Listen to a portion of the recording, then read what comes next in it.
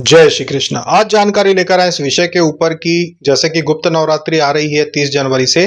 बहुत सारे साधक ये जानना चाहते हैं कि क्या गुप्त नवरात्रि में कोई भी व्यक्ति अखंड ज्योत जला सकता है या फिर कोई विशेष प्रकार का अनुमति किसी से लेनी पड़ेगी या फिर ब्राह्मण को घर बुलाकर कुछ पूजन वूजन करवाना पड़ता है। आखिर इसका क्या नियम है, क्या अखंड ज्योत कोई भी जला सकता है या फिर कुछ चाहिए परमिशन वगैरह।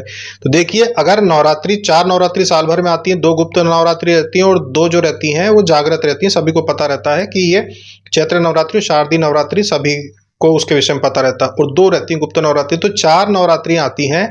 चारों नवरात्रि में आपकी कुलदेवी, कुलदेवता और जितने भी देवी देवता का एक मनुष्य से संबंध होता है, सभी देवी देवताओं का आपके घर में आना जाना होता है। वो भ्रमण करते हैं कि भाई आप कोई आध्यात्मिक कार्य कर रहे हो कि नहीं कर रहे हो, क्योंकि ये एक ऐसा महत्वपूर्ण समय होता है जब आपके द्वारा की गई साधना भक्ति का लाभ सभी को मिलता है। आप जो साधना करते हो उससे कुलदेवी को भी शक्ति मिलती है, तो वह आपका भला करती है, आपके बच्चों की सुरक्षा करती है। आपके घर को बचा के रखने का काम कुलदेवी का होता है। साधना करते हो आप नवरात्रि में, तो आपके पितरों को भी उसका एक अंश की प्राप्ति होती है, चाहे वो पितृ नरक में हो चाहे पितृ लोक में हो, उनको अपना एक भाग मिलता है।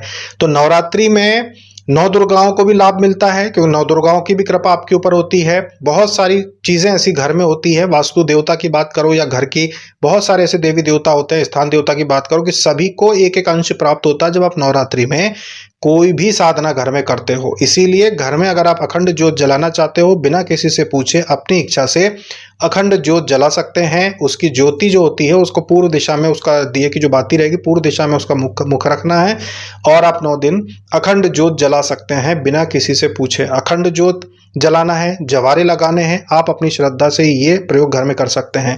हो सकता है कि एक नवरात्रि में आपको करने में दिक्कत आए, आप दूसरी नवरात्रि में सीख जाएंगे, तीसरी नवरात्रि में सीख जाएंगे। साल भर की 4 नवरात्रि में जो प्रयास करता है वो पूरी तरीके से सीख जाता है। देख देख कर, कहीं वीडियो में देखकर, किताबों में पढ़कर वो समझ जाएगा कि किस तरीके से माँ की चौकी लगाना होता है, किस प्रकार से मुझे जवारे लगाने होते हैं, किस प्रकार से मुझे अखंड ज्योत जलानी होती है। तो अखंड ज्योत जलाने के लिए किसी से पूछने की आवश्यकता नहीं है, आप अपनी स्वेच्छा से अपने घर में जला सकते हो। अखंड ज्योत आपके घर में जलती है जब 9 दिन, तो इसके बहुत ही ज़्यादा प्रभाव होते हैं। आपके सभी देवी देवता, कुल देवता, पितृ सभी को उनका अंश प्राप्त होती है। और साथ में आपको वो जब आशीर्वाद देके जाते हैं कि आप और आध्यात्मिक रूप से उन्नति करो, तो आपके जीवन में भक्ति बढ़ती है।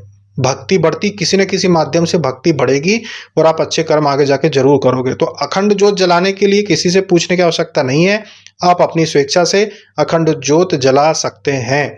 अखंड ज्योत इतनी बड़ी रखना चाहिए, दिया इतना बड़ा लो कि रात भर उसमें, जैसे रात को आपने 8 बजे तेल डाला है, उसको भर दिया है, तो सुबह तक वो जलता रहे। नीचे एक प्लेट रख दें आप चाहें तो, जिससे कि तेल अगर उसमें से रिसता है तो उस प्लेट में रहे, फैले ना चौकी पर। और अगर आपने जो दिया है, बड़ा दिया लिया है, उसमें जोत जो आप लगाते हैं तो उसमें रुई की जो जोत होती है अगर आपने लिए तो अच्छी बड़ी सी जोत बना के रख लें, जिससे कि वो 9 दिन पूरी चल जाए, तो वो बहुत उत्तम रहती है रुई की जोत। अगर आप दूसरी कोई सी जलाते हो तो वो बुझ जाती है, बार बार बुझने का उसमें डर रहता है। पर रुई की है तो वो आराम से 9 दिन तक आपकी चल जाती है। तो यही जानकारी थी अखंड ज्योत के ऊपर कि आप बिल्कुल जला सकते हैं, अगर आपकी इच्छा है तो किसी से पूछने की आवश्यकता नहीं है। जय श्री कृष्ण।